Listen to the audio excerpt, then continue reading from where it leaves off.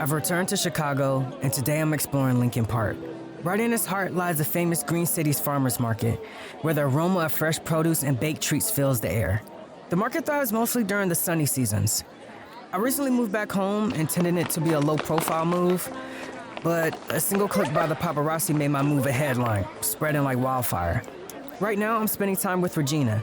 She has her hands full with her 1-month-old baby, Troy, and her 3-year-old twins, Imani and Jordan, who seem to be on a mission to turn a fruit stall upside down.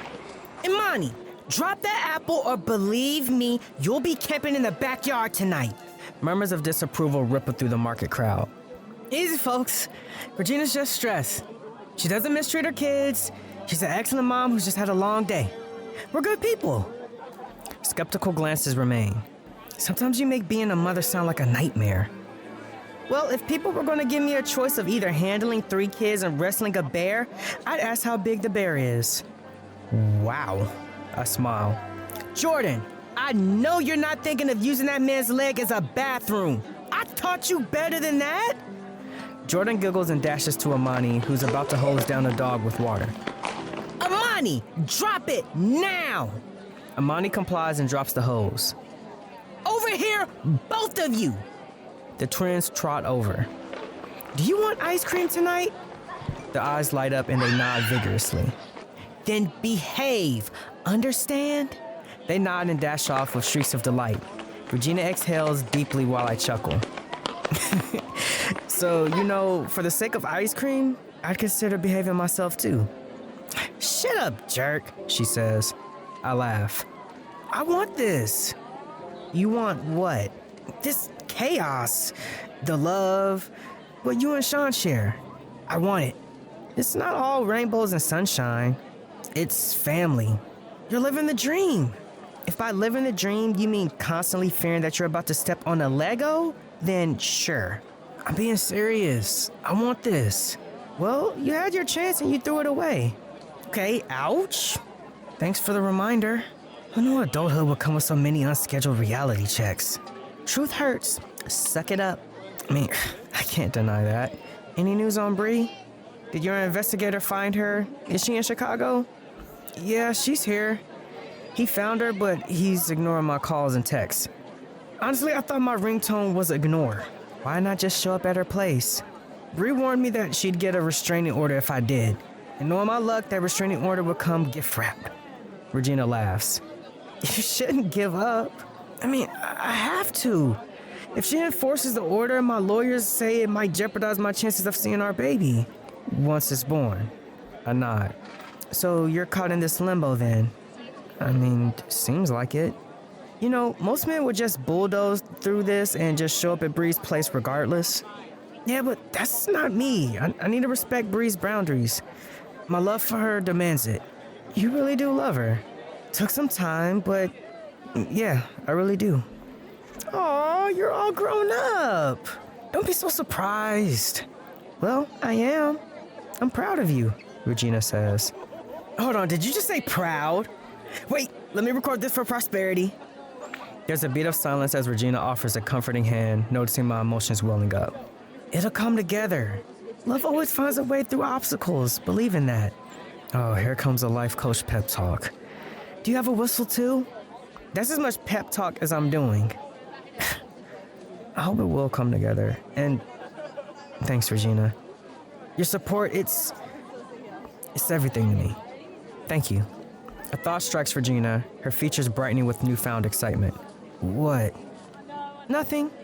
You're up to something. I know that look. It's your mischief stare. Does your mischief stare come with a user manual? Just keep an eye on the twins. I've got to check in with Sean about our evening plans. Regina takes out her cell phone from her handbag. Wait, what's the return policy on the twins? Regina rolls her eyes. Regina, you're up to something. I know it. Last time you had that look, I ended up wearing a bunny suit for Easter. Regina gives my hand a reassuring squeeze before heading off for Troy.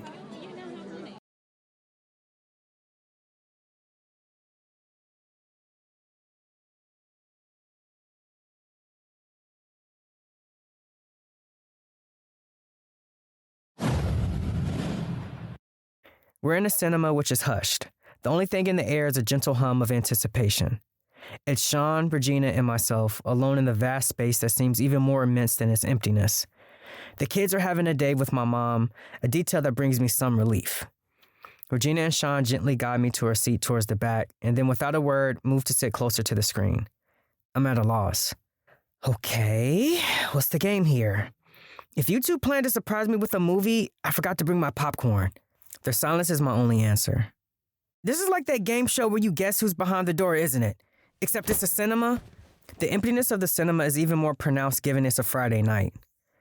But before I can ponder on that even more, the cinema doors swing open. In steps a figure, all dressed in black with shades that mask her identity. But not for long. My eyes gravitate towards her pronounced baby bump and realization dawns. Brie. She removes her shades and her gaze finding mine. Were you aiming for the mysterious movie entrance? Because I'll tell you now, you nailed it. Brie smiles.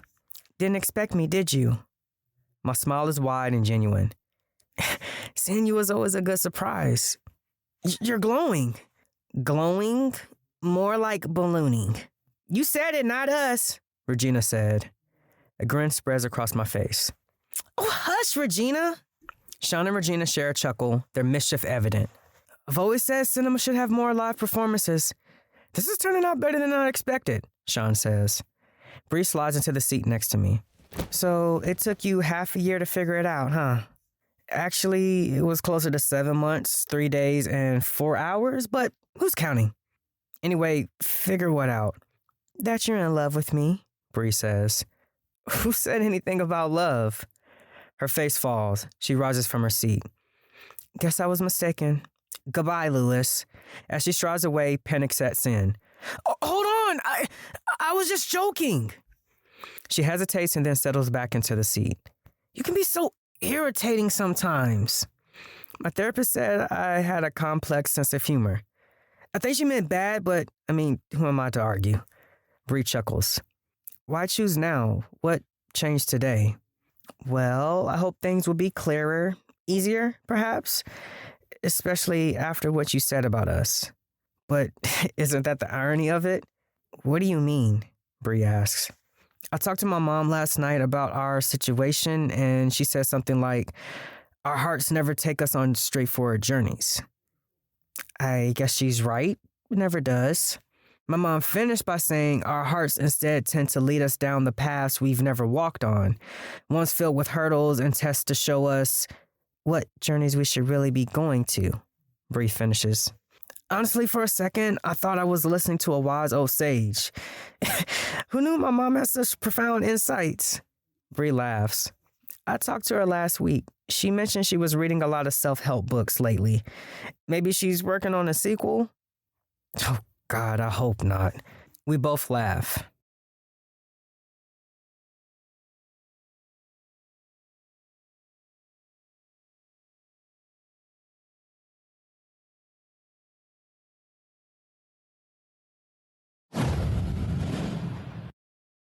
We remain seated in the cinema. The screen projects a montage of the Williams family photos. Brie has dozed off, her head resting on my shoulder. Gently, I nudge her awake. You're missing out on the show. Oh, sorry. Can I ask you something? Sure, go ahead. Why did you want to meet up today? You think I know that? My feet just led me here. I had zero choice in the matter, she says. You know, sometimes my feet take me to the fridge at 3 a.m. It's not always a good thing. Should a man who's trying to win back the love of his life say that to her? Yeah, no, I'm an idiot, I say. That we agree on. We both smile. This really isn't easy for me, Lewis. Do you think this is any easier for me? Seeking forgiveness with the only soul I love the most, especially after knowing the scars I left with her? So we're on the same page. This is complex. This is difficult for us. Yeah, we also agree on that. Look, Lewis, I should have been upfront with you. Upfront about what? Given our history, there's a long list. Brie gives a playful glare. About my job, being a PI for Sean. Regina abruptly turns to Sean, looking exasperated. I knew hiring her would be a recipe for chaos. You assured me it wouldn't. What can I say? Sometimes plans don't work out. That's life. Just deal with it, Sean says. Regina narrows her eyes, clearly annoyed. Are you two all right? I ask. Not really. I'm thinking of divorcing your brother, Regina says. Looks like I'm not the only one who's got relationship issues to sort out tonight. She loves me too much to divorce me, Sean shouts. Damn it, you're right, Regina says. Sean and Regina kiss as a laugh escapes both Brie and me. Can you get a room, you two? Actually, wait, I think the projection room's free. Regina shares a look with Sean and then shakes her head. Regardless what's happened between us, I think the intention was quite noble. Noble? Brie asks. Yeah, the goal was to pull me out of the darkness I was sinking into. I was adrift, barely existing, and you changed it. Well, that and the occasional pizza nights you organize, those were a big help too. I wouldn't go that far. You were doing better than most people in your position, Brie says. Brie, I wasn't living. I was without a compass in the jungle. I was dying, I say. We'll have to agree to disagree. Brie, look, you became my anchor. You shone a light in my gloom darkness. Like, in so many ways, you were my salvation. Was I? She asks. Absolutely. You're my pillar of strength. You're also my guiding star. You're my everything, whichever way I choose to look. Say more, please. I'm intrigued. I smile. I could, but that might double the runtime of our slideshow. Brie nudges me. Brie, you turned me from a meh to wow. Like going from a doodle to a featured artwork at the Louvre Gallery. So you're saying I upgraded you from a flip phone to an iPhone? I laugh. That's touching. Touching? I barely bared my soul here, and you say it's touching? I ask. Brie laughs out loud. Are you two back together yet? Regina asks. We'll let you know when we get there, Brie says. Sean laughs. Brie links her arm with mine. This feels good. Talking to you again. Talking to you always felt right, like a melody that completes the song, I say. You've been watching too many romantic movies, haven't you? She asks. I stare into Brie's eyes, feeling a rush of emotions. It's just hit me. What has? When I look at you, I see the rest of my life in front of my eyes. Oh, thank God. I thought I had something on my face, she says. I mean it. You really do? Absolutely. Every moment with you feels like a promise, and I know that every tomorrow will only bring us closer. Moved by the depth of emotion in my eyes and words, Brie feels a familiar tug in her heart. The world around us seems to fade away, replaced by the pulse of a shared heartbeat. Memories of the past and the weight of the moment. With tears glistening in her eyes and a vulnerability that speaks of hope and yearning, she leans forward. Our breaths mingled, and for a split second, time seems to hang suspended. Then with a gentleness born of deep connection, Brie pulls me into a tender, lingering kiss. It's a kiss that speaks of forgiveness, of new beginnings, and the promise of a shared future. The noise and chaos of the cinema melts away, leaving just the two of us wrapped in an embrace that signals a turning point in our tumultuous relationship.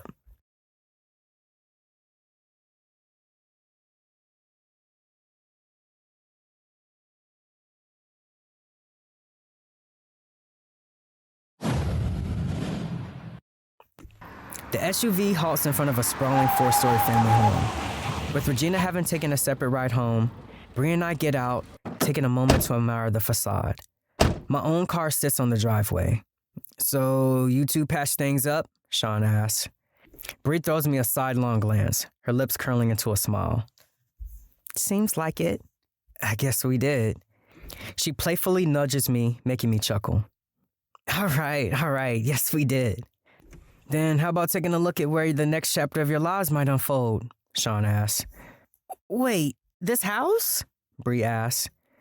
He bought it 20 minutes after he returned to Chicago. This was our first childhood home, Sean says. The moment I learned you were expecting, I had this wild hope. I bought it from my mother, picturing a place where we could build our own memories if you ever chose to return to me, I say. Brie, visibly moved, wraps her arms around me. Ready to see it with new eyes? You bought the house, but did you remember to get groceries? Brie asks. Are you ready or not? I've been inside before, but this time it's ours. It's different. With the key ready, Sean swings the front door open. As we step over the threshold, we're immediately enveloped by the warmth of a home that skillfully melds the old world charm with contemporary sophistication. Vintage wooden beams seemingly telling tales of the past contrast beautifully with the sleek modern light fixtures that cast a gentle glow throughout the space. On the walls, faded family photos hint at generations of laughter and love, while empty frames await the memories we're about to create. The plush, modern furniture invites relaxation and conversation, set against the backdrop of rich hardwood floors that have stood the test of time. Every corner of this house, with its fusion of history and today's design, feels like a promise of shared moments, whispered secrets, and a future filled with love and laughter.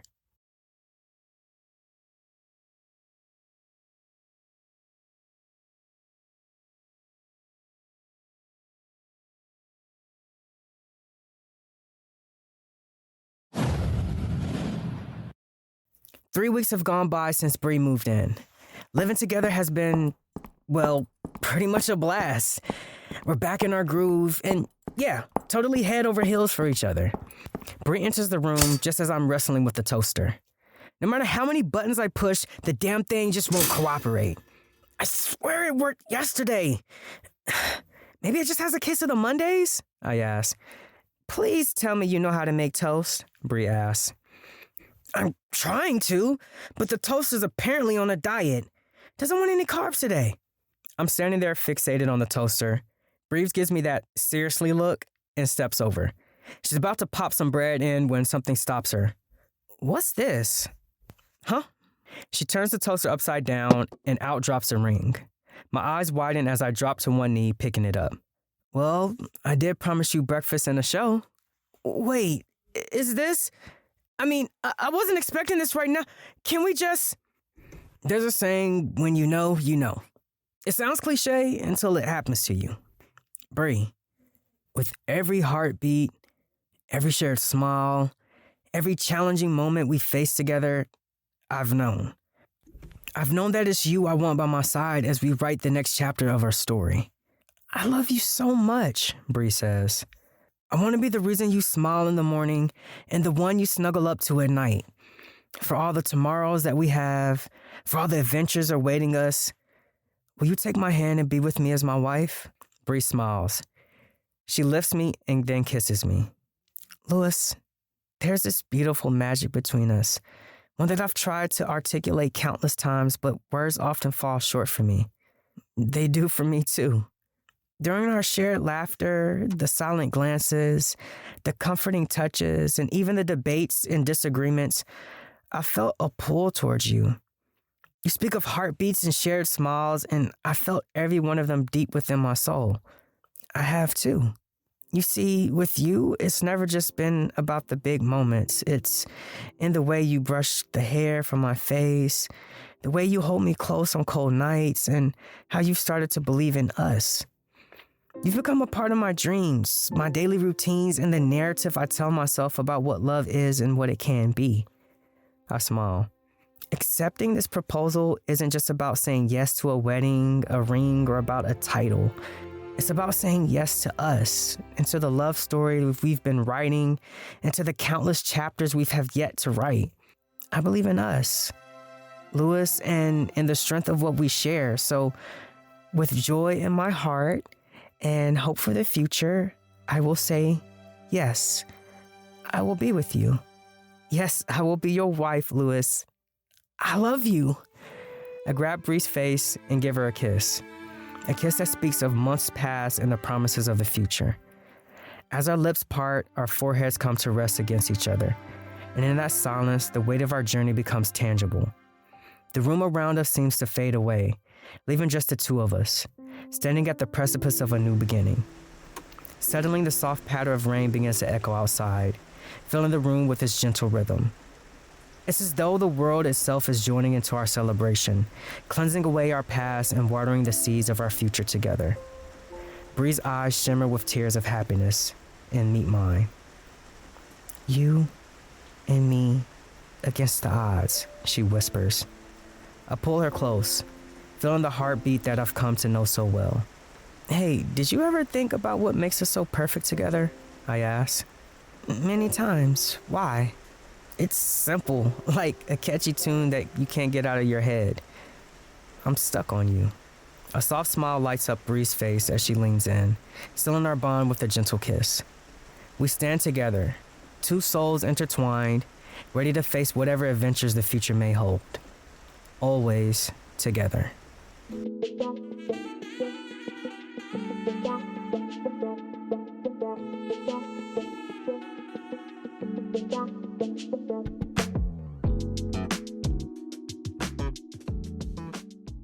Stuck on You was voiced by Smurf Brown and written and produced by Joao Encita. And if you enjoyed this series, be sure to check out its predecessor, Be My Baby, also voiced by Smurf Brown. You can find That Love Podcast on Twitter at @thatlovepod and on Instagram and Facebook at That Love Podcast. Thank you for listening and have a great day.